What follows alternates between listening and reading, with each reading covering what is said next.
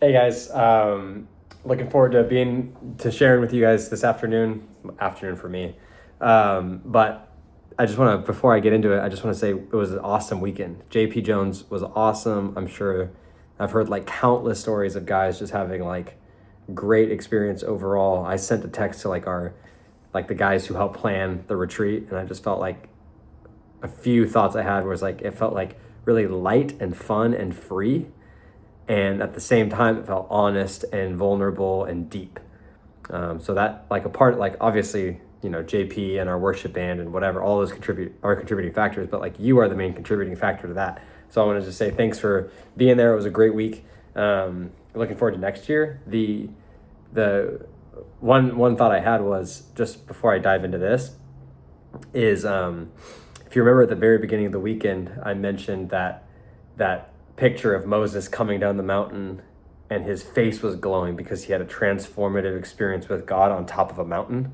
And so, similar to us being on top of a mountain, coming down the mountain, my hope was that we would have like a glowing face. By the way, I came home and I asked my wife, I'm like, do I look any different? Like, hoping that she'd be like, you look like you've changed. And she was like, nope, you look the same. So hopefully you were glowing, because I wasn't, apparently.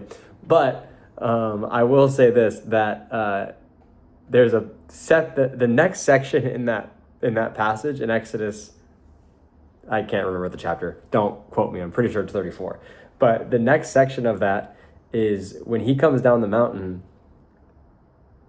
the same temptations that were like at play before he was on the mountain the first time, like we're still in play. So all of the like the Israelites, literally when he comes down the mountain, they're literally building a calf, right? A golden calf, and like worshiping it. And so it's like the same, now that we're back home, those same distractions and same sin patterns and same those things that are trying to just pull you away from like your intimacy with God, your relationship with God, even those like exercises that JP was talking about, those things are gonna like be nipping at your heel.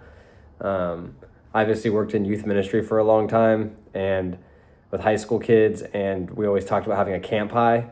And one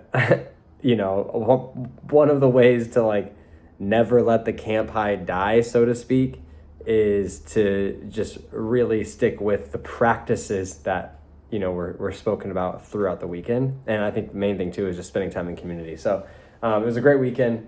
Just be on alert. Like seriously, like the same stuff exists out there that has always been there. Okay, today we're looking at Galatians chapter 5. Galatians 5, and I'm just going to read and teach through 13 through 18 before we get into 19 to 26. Let me just read it and then just teach it really quickly. It says this. By the way, I just want to say, this is my favorite chapter in the entire Bible. I know I said that last week or 2 weeks ago, but this really is my favorite passage. And verse 16 is like a life verse for me. If you ever wonder, oh, what's Caleb's favorite verse? What's Caleb's life verse? It's Galatians chapter 5 at verse 16. We're about to read it. Here you go. So starting at verse 13. You, my brothers and sisters, were called to be free. You were made to be free by the blood of Jesus. Do not use your freedom to indulge the flesh. The flesh is like that human nature.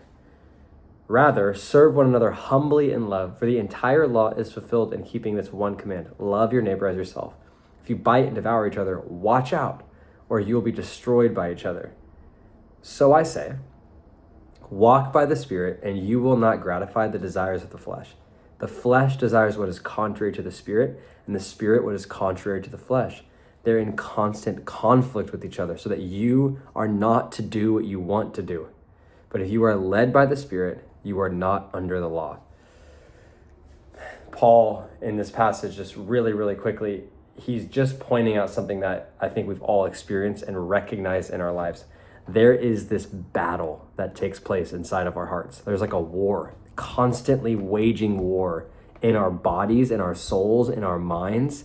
And the war is, do I do the things that I don't want to do, right? Like live by the fleshly natures of my life, selfishness, pride, envy, lust, addiction issues? Do I live by that, or do I live by the Spirit? Which he's going to get into this at the end, but I'll give you a little sneak peek. He goes into this. If you're led by the Spirit, you're led by the Spirit of love and joy and peace and patience and kindness and goodness and faithfulness and gentleness and self-control. Like, you have two options. That's what he's saying. Option one is don't be led by the Spirit, and then just let you lead your life. And when you lead your life, what we know is it doesn't work. It causes destruction. Whereas if you walk with the Spirit and are led by the Spirit, then the life that you get is filled with life and love and freedom and peace and joy and all of those things. I just want to focus on two things. One is walk by, and then two is led by. So Paul makes a differentiation between those, and I think he does it on purpose. I think what he's doing is saying, when you walk by the Spirit, you keep in step with the Spirit, right? Like, sometimes we go on walks with my in-laws, and my mother-in-law, she's a taller woman, right? She's not like 5'2", right? I think she's like 5'11" or something like that. And she's got long legs, man. And when she walks, like, she's a mover. Like, she doesn't walk slow. She walks with a purpose, right? And she walks and same with my father-in-law. My father-in-law, he's not as tall. He's not a super tall guy, but when he walks, he wants to work up a sweat. And so when they go on a walk, it's like, oh, we're walking. It's not just oh, let's go on a leisure walk around Osage Park. It's like, no, let's get to it. We can do 2 laps in 35 minutes or whatever. You're like, okay. So we go on a walk, and I'm a fast walker, but when I'm leisurely walking through Osage, looking at Mount Diablo and Los Trompas and all the baseball games that are happening, it's like, I actually don't want to walk as fast as possible. But that's the picture that Paul's saying. That's the picture that Paul's showing. It's like when you're walking with the Spirit, you're keeping in step. You're at the same pace as what the Spirit's doing. So that's the first thing. And so for us, what that means is as the Spirit ebbs and flows in our lives, leading us into different moments of love and joy and peace and patience and kindness and goodness and faithfulness and gentleness and self-control, as he ebbs and flows forward and backwards, stopping maybe sometimes and moving quicker sometimes, that's what we do. We keep in step with him. But the second thing is so you walk by him, but while you're walking by him, it's important to note that you're led by him. So, you're not the leader of the walk with the Spirit. He is the leader. And so in the same way as he's walking and ebbing and flowing, if he stops or slows down or speeds up, that's what we do too.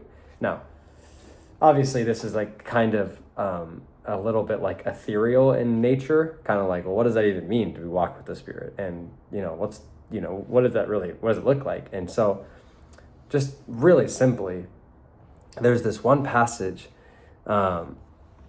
it's let me just get the exact reference for you. It's 1 Thessalonians 5 at verse 17. It says, "Rejoice always, pray without ceasing, give thanks in all circumstances, for this is God's will in Christ Jesus for you." And so that one section right there where he says, pray without ceasing, how we walk with the Spirit is as we live our lives, we're constantly keeping up with God in prayer. Now that looks like a number of ways. That's obviously for me, it's I wake up in the morning and I do a check-in with God, whether I'm reading my scriptures or whether I'm just spending time in the quiet. And then at the end of the day, I'm doing some type of look back prayer. Hey, how was my day? And in the middle of my day, I'm doing little check-in prayers dependent on the conversation that I have. That's what it looks like to walk with the Spirit. It's praying without ceasing. It's keeping up with God throughout your day. And when you do that, when you do what Paul says, which is walking by and being led by the Spirit, you don't give in to this fleshly nature, because what's controlling is maybe the wrong word, but maybe the best word. What's leading you, what's guiding you is God's Spirit's choices, not Caleb's choices, not Dan's choices, not Chris's choices, not Tom's choices, God's choices. And as you lead and let him lead you, what the benefit, like the result of that, is this life that's what Paul calls is filled with freedom. Love, joy, peace, patience, kindness, goodness, faithfulness, gentleness, and self-control. That's what freedom looks like.